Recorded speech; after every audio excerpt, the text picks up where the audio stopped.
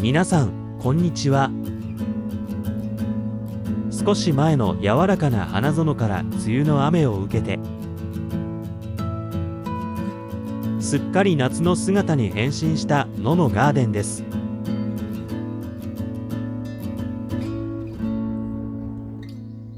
パステルカラーからビビッドなカラーに移り変わったここでは、いよいよスカシユリの開花が始まりました。スカシユリの球根は裏切らないとヤスちゃんが植えていたのは去年の11月のこと。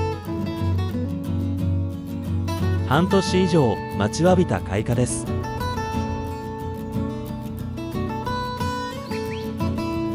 開拓当初からいるこのセージっぽいブルーのお花は、去年はほとんど花が咲かなかったのに、今年はたくさんの花が咲きました。このように黒茎のお花があると、緑ぼうぼうの中でも少しおしゃれ感が生まれるの感じがしています。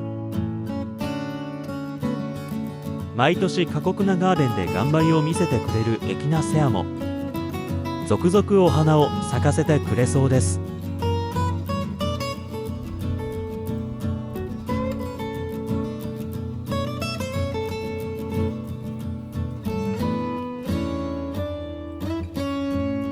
足元は草だらけになっていますが、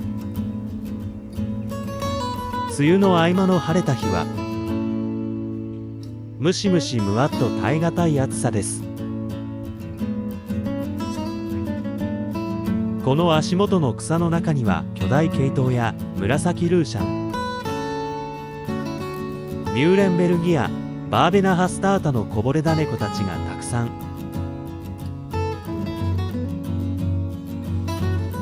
枕木風通路の間もこのありさまです。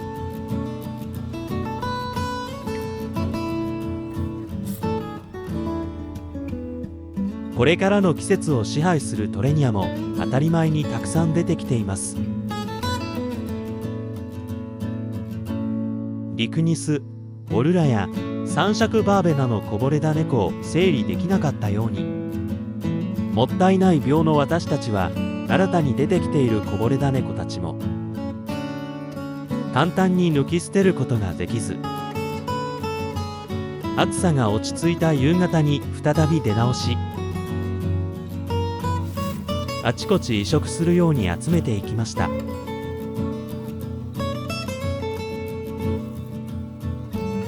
開拓から増やしてきたキバナコスモス畑を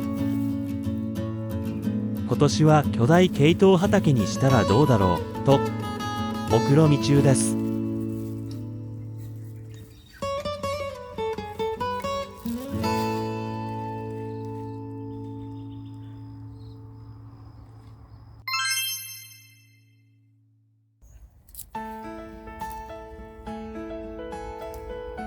ガウラも一段落し、一度軽く切り戻しておきます。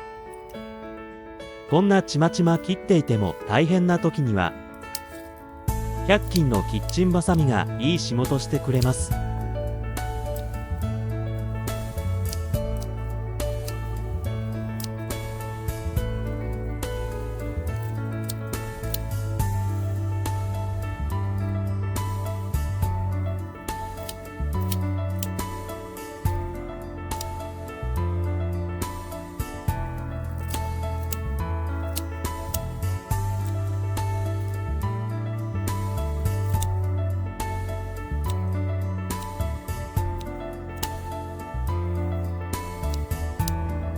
こぼれ種が落ちなくて良いところのオルラヤは後ろ髪引かれながらも引き抜きます。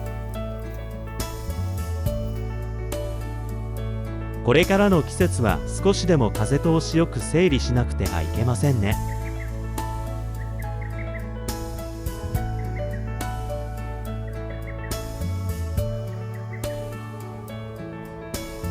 1週間で咲き進んだスカシユリ。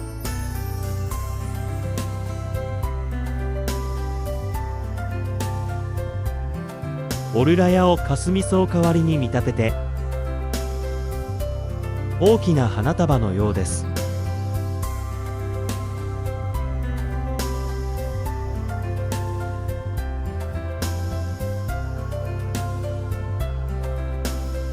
購入した時の球根の大きさが半端なかった。このピンクの型は一つの茎につく花の数もダントツ多いです。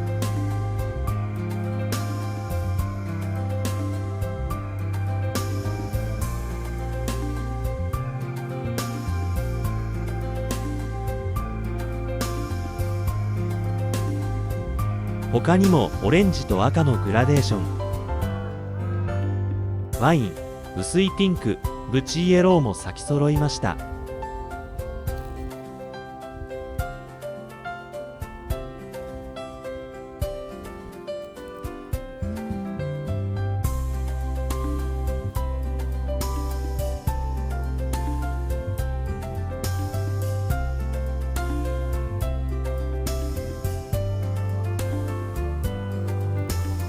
スカシウリの後ろでいがぐり頭を揺らすのはモナルダ。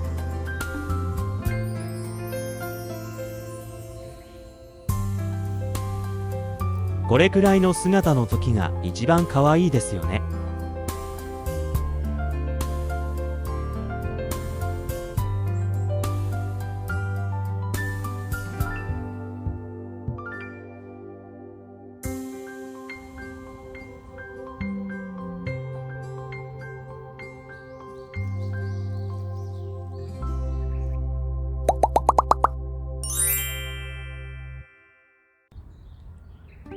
一株のハーバスカムは順調に育ち、花も咲き始めましたが、去年もあまり調子よくなく冬越しした残りの2株は瀕死状態です。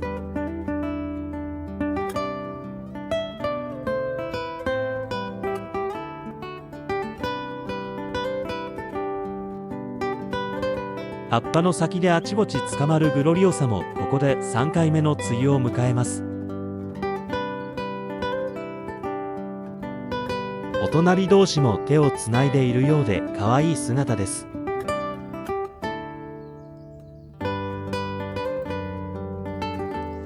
去年よりつぼみの数が少ない感じのアガパンサスもこれから開花が楽しみですね。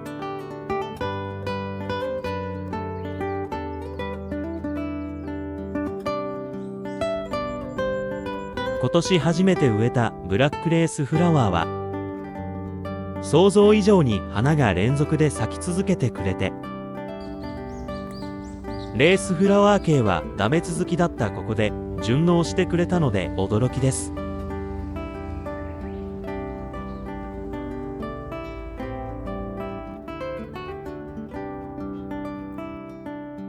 この面白いお花が見たくて種まきしたエレニウムオータムロリポップも咲き始めましたね。心ばかりに存在する花びらがチャームポイントです。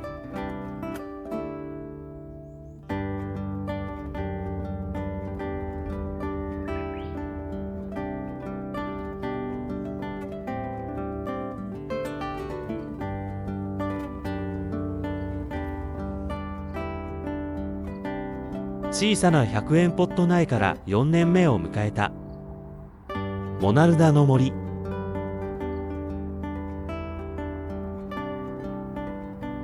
モナルダさんの勢いは誰にも止められません。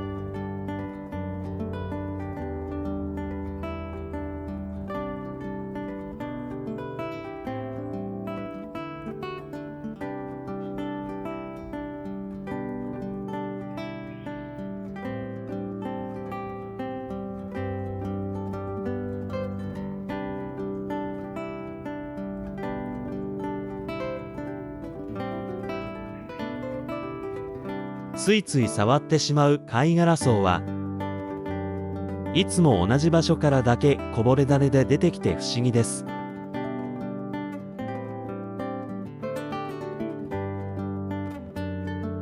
ポルラヤもここから種が成熟するまでが長いですよね。また来年のために抜くのを我慢して種落ちを待ちます。ぐねぐねなったカモミールも抜きたい衝動に駆られますが、もう少し種が落ちるまで待ちましょう。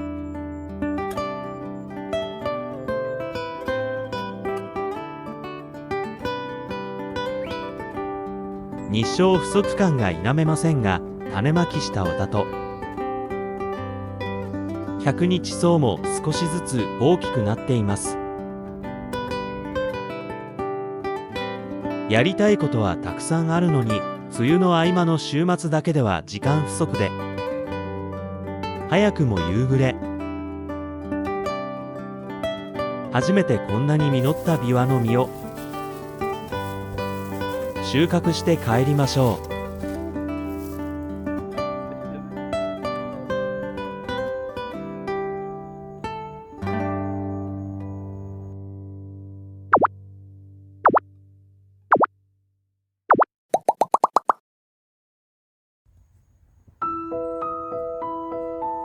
帰ると言ってからの定期のパトロール。雨水の似合うアジサイには今日は水気が足りないですね。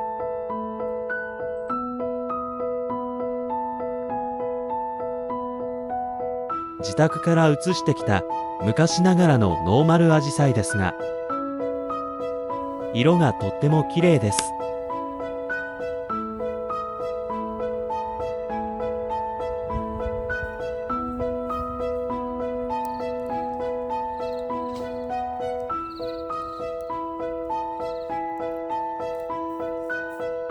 何をしていてこんなに暗くなったのでしょう。暗闇の中でも輝く百合を最後にチェックして、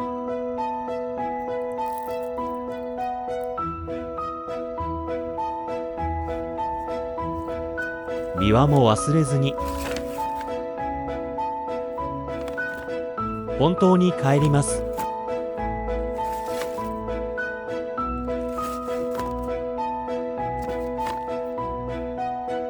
本日も最後までご視聴ありがとうございました。また次の動画でお会いしましょう。